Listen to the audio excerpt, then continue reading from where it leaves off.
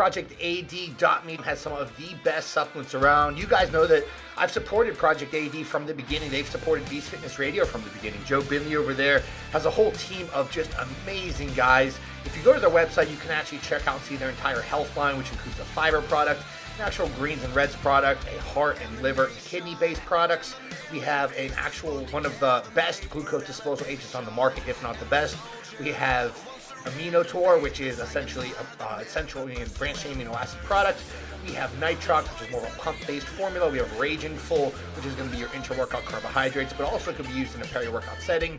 There is things for digestion, there's things for energy, there's things for fat loss. Overall, Project AD has everything you need. Use coupon code BFR25 at checkout to save you guys some money and obviously to support this podcast and support Joe Binley. Mike Arnold has been nice enough to come on Beast Fitness Radio weekly, do Q&As, do topic videos, and so because of that, and because he actually does help sponsor this podcast as well, we want to show him some support. Check out maresearchchems.net, coupon code ALEX15, and masubs.com for code ALEX20. Over at MA Research Chems, those are all HPLC tested peptides, SARMs, all that kind of good stuff. And over at masubs.com, he has more of his specialty-based supplements. Guys, please go support him. You're supporting the show, you're supporting me, you're supporting Mike Arnold. All good guys. Thank you so much. Enjoy the episode. Disclaimer. I wanted to say right up front that all MA research compounds are for research use only. In vitro use research is the only legal acceptable application. So anything we're going to talk about from this point forward is strictly done for entertainment purposes. There are no recommendations or guidelines given outside the realm of entertainment.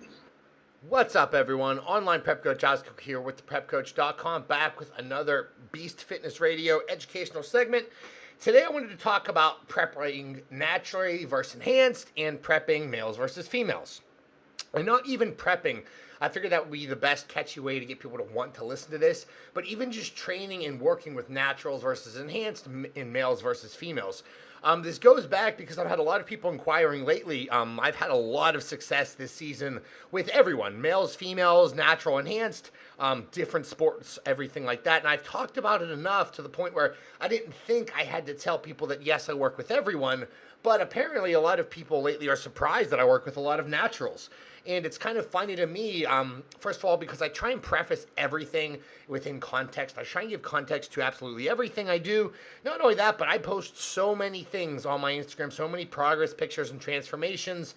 A lot of my clients, probably 50% of them actually don't want me to post pictures of them just because they're moms and dads or their work or whatever. But you get the general idea. I work with a good amount of people from every different spectrum of life. Now, because of that, I thought it would actually be really cool, and believe it or not, I actually had this question brought up to me this morning by a client, or maybe it was last night, but either way, a client brought it up, and what was the biggest difference is when you work with someone who's natural or enhanced. And it's funny, because, and I want to make sure that I don't second guess or second say what I'm trying to actually get through to you guys, if that's even a right phrasing or a right verbiage at all, but physiology and biology really does not change between males and females, between naturals versus enhanced. But it also changes completely.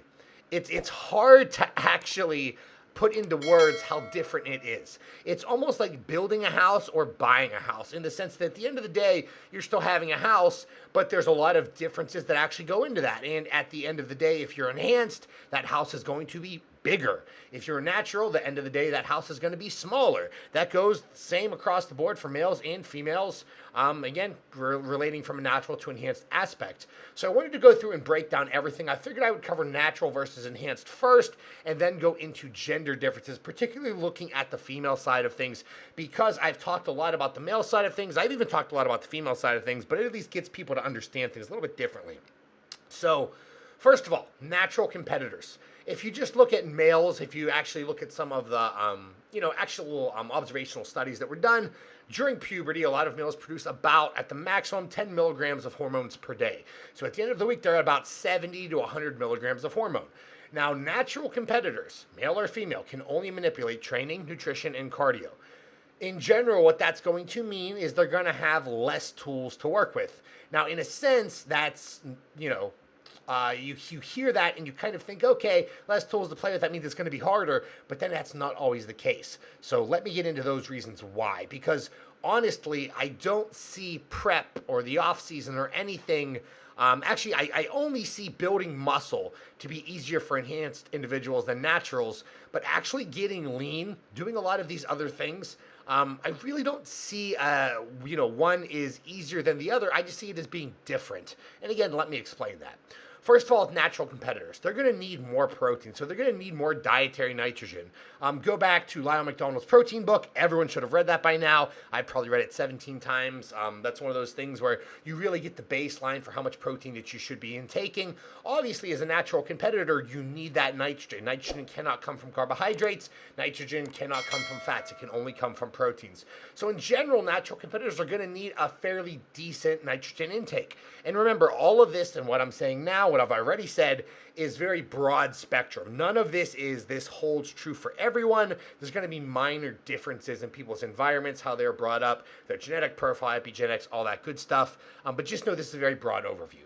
So in general, a lot of natural competitors can benefit from a little bit higher training frequency. And that goes back to a lot of the protein synthetic rate studies. But then again, you have the argument of looking at total workload and volume during the week. You have to correlate that with actual intensity.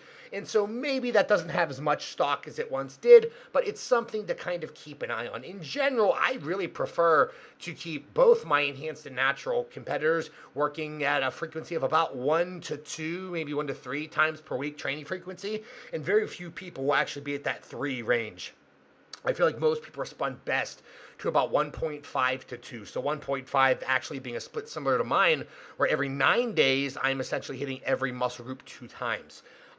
Again, it's going to vary from person to person, but in general, I would say naturals would err on the side of caution, and a lot of them tend to respond better to working out about 2 times per week. But that doesn't mean that the bro splits or anything don't have tremendous validity, because again, a lot of it comes back to total workload, total work volume, and total intensity throughout the entire week. The traditional, everyone will just say progressive overload. That is one thing that naturals really do have to focus on, and everyone should actually focus on, is traditional heavyweight progression. So obviously what we mean by that is when you look at changes in drivers in cross-sectional area. I've already talked about this on that previous podcast I did, talking about different ways to elicit hypertrophy. One of the most surefire ways to do that is to be adding load to the bar. Now, that load on the bar literally does not mean anything unless tension's being applied. So all that means is you need to be fully shortening, fully lengthening, and actually fully contracting the working muscle. So let's look at pecs for an example, just to make sure everyone's on the same page. A flat bench press for me does nothing for development of my pecs. It literally, if I start first, it does nothing for me. But if I add my flat bench press at the end of my workout, after everything else that I have done, then all of a sudden I can fully shorten and fully lengthen my pecs a lot better. I can keep all the tension on my pecs and not have it transfer over to my delts and triceps. And then with that same form, with creating that same amount of tension, keeping that tension on my muscle, then over time, I can add load to that bar, and that is going to be beneficial. So that's why you hear people like Lyle McDonald and many others talk about progressive tension overload. Yes, that is a main contributor to increasing cross-sectional area. There are a lot of other ways to go about actually eliciting hypertrophic avenues and events and cascades. I've talked about that multiple times before, especially on that podcast I did 2 weeks ago. So go back and listen to that. But just know in general, especially with natural competitors, they really need to focus on that progression, just like everyone else. And I would say maybe a little bit less than on some of the other avenues if you are a traditional physique competitor. But again, that does not mean that they do not have tremendous validity. If you just look at blood volume and what that can do, if you look at all of the different interactions and other cascades that can happen, it makes sense why that you can't just continually progress on load linearly over time. That's not how it works, and you're going to burn out, joints are going to give out, and you're just going to stop growing over time. So even though we're keeping the key tenets of hypertrophy and progression in our mind, you still need to realize there are other avenues. And if you are natural, again, you need to actually train the same way an enhanced competitor would, most likely with just less. You're probably going to be using less weight. You might not be as strong as an enhanced competitor. You might be using less volume because obviously given the fact that anabolics and androgens actually hypertrophy those specific fiber types, then you're probably going to handle less volume as a natural competitor. But the overall tenets of training pretty much stay the same. It's kind of just, again, how much you're actually doing. Where naturals will generally only be able to handle less, enhanced competitors will be able to handle more, but that's very general because I've seen it go either or. I've seen some natural guys out-train some enhanced competitors, so it's really going to depend. In general, with natural competitors, they're going to consume less calories just because they are smaller humans. Look at their amount of muscle tissue. Look at their amount of fat tissue. It's a very simple equation there where obviously if you have less metabolically active tissue, then generally you're going to consume less calories. But again, this isn't a one-to-one equation because then you look at actual metabolic interventions. You look at different metabolic cascades, and you have some people that are the hard gainers, quote unquote, or the easy gainers. Is that the other one? I don't even know what they're called. But the people that can just put down thousands upon thousands of calories, and they're generally the skinnier individuals that just have a hard time putting on muscle. That could be a natural competitor. I've had a lot of natural competitors that diet on 300 to 400 grams of carbohydrates, where I've had some enhanced competitors go down to 50 grams of carbohydrates. I also had the exact same flip-flop where the natural guys only taking in 50 grams of carbs, and the enhanced competitors up in the couple hundred grams of carbs. So once again, even though we look at the general equation of muscle tissue and lean metabolically active tissue, it's not a one-to-one equation. Now, one thing that does hold up tremendously true across the board is with natural competitors, you're going to need less supplementation. What I mean by that, just get your basic health needs met purely for longevity. I don't care who you are, what you think. Prep is not healthy. Getting down that lean is not going to be healthy for you no matter what you do, no matter what way you look at it. So get your basic health needs met first, maybe sprinkle on a few ergogenics on top of that, like your creatines of the world, things of that nature, and you're pretty much done. So natural competitors should really focus on training, nutrition, and cardiovascular interventions, and then kind of have supplementation there. I know or at least a lot of natural competitors really want to push the supplementation, and I will with certain natural competitors purely from an actual fat loss standpoint. So something very common that'll have a lot of natural competitors do is before their cardio, have something like a green tea extract, an actual coffee, caffeine. I mean, look at all the literature that actually piles up there. It's almost mind-blowing some of the differences that you can see and just some of the, actual cascades that can be started from actually consuming coffee or actually consuming green tea, because it's not just the constituents in there that you can buy in capsule form, but it's also the nature of it being heated and changing the entire process of how it's metabolized and some of its other metabolites and constituents. But natural competitors in general, just going to need less supplementation. Now, obviously, turning the table on the enhanced competitor side, you can manipulate training, nutrition, cardio, androgens, growth hormone, insulin. You have all that category of quote-unquote fat burners where you have your thyroid, even though I don't really want to throw that in there. You have your clenbuterols, which can be used as an anabolic aid as well. You have your DNPs. I mean, you have a lot of different things going on there. One of the things that I didn't mention before is that in general, actually not in general, this is another 50-50. It's not always a one-to-one equation, but I feel like a lot of natural competitors have a better neurological advantage purely due to the absence of extremely high androgens. Look at some of the neurological disadvantages that a lot of bodybuilder gets. And a lot of this is actually due to the fact that they're just not actually programming their pharmaceuticals right.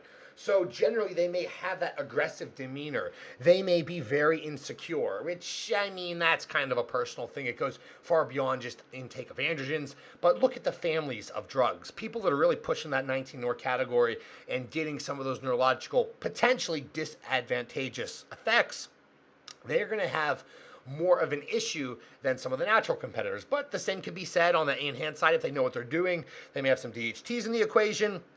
It's really going to change based on the presence of high androgens or the absence of high androgens. It's going to depend on the person, their environment, their demeanor as a whole. In general, if you're an asshole when you're natural, you're going to be even more of an asshole when you're enhanced. If you're a calm human being as a natural competitor, I've seen a lot of people just stay even, just as calm, if not more calm, being enhanced. It really comes back to the person and the individual, but there is a massive interaction that needs to kind of be known there from an androgen present aspect. Now, technically, enhanced competitors are going to need, technically less protein, less nitrogen, because androgens obviously increase nitrogen efficiency, so you can get more nitrogen out of the protein you're taking in. That is one thing clear across the board. Naturals do need more protein, enhanced competitors do not. That's not to say that higher protein diets or lower protein diets aren't going to be beneficial based on the situation. Particularly for myself, I absolutely love eating protein. I love the recovery effects of having enhanced nitrogen and really fluxing nitrogen, like me and Andy have actually talked about a lot before on this podcast. And so even though technically enhanced competitors need less protein and technically natural competitors need more protein, that's not to say that it really can't go either way based on the equation, what's being introduced. I already talked about training frequency from the enhanced side of things. I talked about some of the neurological disadvantages that some enhanced competitors may have over naturals. We look at enhanced competitors from a training aspect even furthermore, and we know we're still focusing on those primary avenues of increasing cross-sectional area and building muscle tissue, but then you look at some of those other hypertrophic avenues, and this is where things like tissue temperature. I talked about that in a post, and people made fun of me because they said it was overthinking or overanalyzing these things. That's not meant for the everyday average individual. That's not. When you look at tissue temperature, one of the things that my good thing Broderick is very quick to point out is a lot of the work that I believe Paul Borison did, and he basically found out that androgen spontaneously combust at 104 degrees Fahrenheit. So you look at what that means and what it does from a binding protein and binding constant aspect, and you see, okay, things like tissue temperature have a lot more validity with enhanced competitors than natural competitors. You start looking at some of the other myocyte maturation based events and cascades, and again, it kind of has more efficacy and relevance with enhanced competitors than naturals, purely because you can see that accelerated rate of myocyte maturation. You're still going to need that damaging period. You're still going to need that restoration period. You're still going to have all the same steps, but say a natural competitor, it's going to happen over 20 weeks, whereas a enhanced competitor, it's going to happen over 8 weeks. So the natural guys, it takes a lot longer, and you're going to gain a lot less muscle tissue long term. Enhanced competitors, it happens a lot faster, and you're going to gain a lot more muscle tissue faster long term. But that's another thing that you really need to really take into consideration. Once androgens are actually introduced and induced in your body, then all these other hypertrophic avenues really become even more valid. And so there is that big difference between natural and enhanced competitors. But again, those other hypertrophic avenues still have tremendous validity for both sides, naturals and enhanced, males and females. Obviously, on the enhanced competitors with more muscle tissue, again, they're generally going to consume more calories. But again, I've already talked about how that can go either way. And in general, and this is actually clear across the board, I think, enhanced competitors are going to need more supplementation, period. They're going to need to cover their health markers. They're going to need to take the drugs that they're taking because they're enhanced. And then on top of that, they may even throw some over-the-counter ergogenic aids on top of that, which may or may not be needed depending on the situation and who you're talking to and their stance on supplementation as a whole. But obviously, one of the things that a lot of enhanced competitors do wrong is the fact that they take all these drugs, but then they're not looking at their basic health needs. They get blood work done, they realize, oh wow, my lipid panel, my my cholesterol, my actual hematology panel. They look at all these things and they say, oh, they're pretty crazy, but you know what, I'm blasting, so it doesn't matter. And to me, it's kind of like, okay, we are trying to be healthy year round, so we should probably take some basic health supplements year round. You guys know my background in health supplementation. You guys know what I've been able to do with my lipid panel, taking it from literally under 10 all the way up to in the mid 20s. And that was just a genetic disadvantage of me. That had nothing to do with any supplementation or enhancement or anything done. That was purely my genetic family tree, where everyone in my family tree has a terrible lipid panel. And believe it or not, I've been able to have a better lipid panel than anyone in my family that I know, and I am still undergoing the enhanced side of competition because of all these other things being met. We've talked so many things. I actually did a podcast with Broderick for his paid website, so it's teamevilgsp.com, and we talked about 5 of at least my favorite over-the-counter health supplements for actual health for enhanced individuals. So go over there, check that out. I obviously talk a lot about lipids because that's the one that I'm most deficient in. I hope you're starting to see the equation. I hope you're starting to form this picture in your head of why I find it very simple and easy to work with natural versus enhanced competitors. Because physiology, biology are still the same. You're still taking every individual case as an individual case, and then you can see, okay, do we have more tools or less tools to play with? And then what environment are we in? What are our goals? And really go from there. Now, gender differences, and this is pretty interesting. So, females, again, at their peak, we'll say at the height of their peak, they're producing roughly like a milligram of hormones per day. So, if they're natural, they're there. In general, again, women are generally going to be smaller than men, so they're generally going to need less calories. Now, this is where it's interesting because even though, again, that is not always 100% the case, I've seen a lot of women that have more muscle tissue than men. I've seen a lot of females that can just pound calories more so than men can. There's a lot of differences going on here. One of the biggest ones, and one of the ones that I've been doing the most research into, is those estrogen levels. So specifically that 17 beta estradiol. So you're looking at estrogen nuclear receptors in muscle tissue, which actually lead to proper substrate metabolism, actually enhancements in muscle protein synthesis. Estrogen being one of the main mediators through which all anabolics actually work and cause people to grow so well. Females have that estrogen capability naturally. So they're going to have enhanced fatty acid, actual oxidative capabilities. They're going to have generally better insulin sensitivity, specifically when you look in the literature with natural females within skeletal muscle tissue. They're generally going to have higher levels of adiponectin and leptin. So again, correlating back with insulin sensitivity and some other things. They're generally going to have lower hematocrit levels, smaller hearts. I mean, you kind of get the idea. They do have that favorable effect on glucose homeostasis. And actually, if you want to actually do some research, just because I read this study not too long ago, or a couple of these studies, it's really from the hyperinsulinemic euglycemic clamp studies. So there's a couple there. If I remember, I might post them all in the bottom of this actual episode. If I forget, just remind me. But then we have females actually having a great proportion of type 1 actual fibers. That means they're going to have greater capillary density. When you actually look at FATCD36, that's basically a protein for bringing fatty acids into muscles and then moving them actually into the mitochondria to be utilized. The females are actually going to have higher plasma fatty acid concentrations than a lot of males. They're going to have higher levels of protein series coenzyme A desaturase. So that actually converts saturated fatty acids into unsaturated fatty acids. I mean, there's so many things here with males versus females. Even if you look at timing of what women are doing from an oxidative capacity, again, even though at the end of the day, we're looking at overall nutrients taking in, macronutrients, calories, all that good stuff, we're not getting into nutrient timing. But with females, they tend to preferentially store more fat, yet oxidize more glucose after eating relative to men and whenever they're compared to men. Whereas whenever they're fasted, men and women basically burn about the same rate when you're looking at glucose, when you're looking at fatty acids, all that kind of good stuff. So generally what this means in application is females are going to need more cardio if they're natural or more fat burners if they're enhanced because they're generally going to have lower caloric intakes. Again, not all the time, and it's going to be depending on the individual. If they are on the enhanced side of things, females generally respond very well to clenbuterol, to metformin. I've talked about a couple of the other ones that females respond very well to. I mean, even tamoxifen. During the final weeks of a contest prep, at least to help with stubborn female fat distribution. It aids in fluid dynamics. It does a lot of cool things.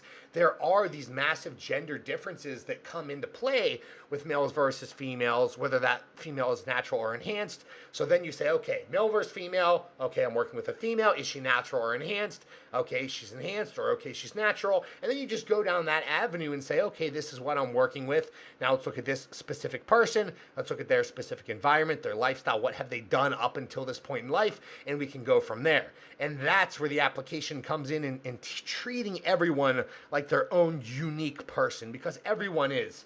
I know that people don't like saying that everyone's, completely different than other people, but when it really comes down to it, they really are. Again, physiology, biology, I already said this a couple times in here. I'm just trying to nail it home. Those don't change very much, but yet those minor differences in environmental impacts, on genetic and epigenetic impacts, that changes absolutely everything from how you actually metabolize substrates to which form of training you're going to prefer. And then you get, you go down into another rabbit hole there with personality types and the differences you see with male versus females.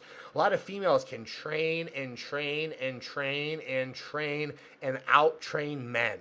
I will say 80% of the females I work with will out-train almost any other guy that I know. They are just literally built to keep going and going. If you've ever seen a female, particularly a natural female, go to squats and they're supposed to hit, a set of 10 to failure. They'll hit 10, Then they'll grind out 11, then 12, then 13, then 14, then 15. Then before you know it, 6 additional reps in. And they were supposed to fail at that 10th rep. Whereas a guy, generally speaking, even though they're moving heavier poundages because they're generally going to be stronger, generally going to be bigger, they're going to usually just fail at that 10 mark. It's almost that dramatic of a difference between males versus females.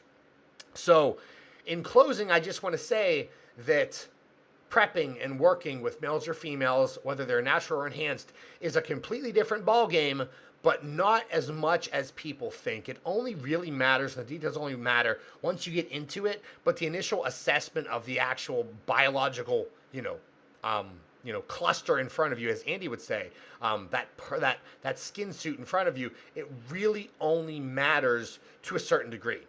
So we could keep diving into the subject. I think I've hammered home more than enough details to get you guys thinking a little bit more. As always, thank you guys so much for listening. Check out theprepcoach.com. We'll see you next time. And remember, males versus females, natural versus enhanced. It's all the same, but yet it's all kind of different. So I want to leave and end on that note on a very confusing note. Thanks for listening, guys.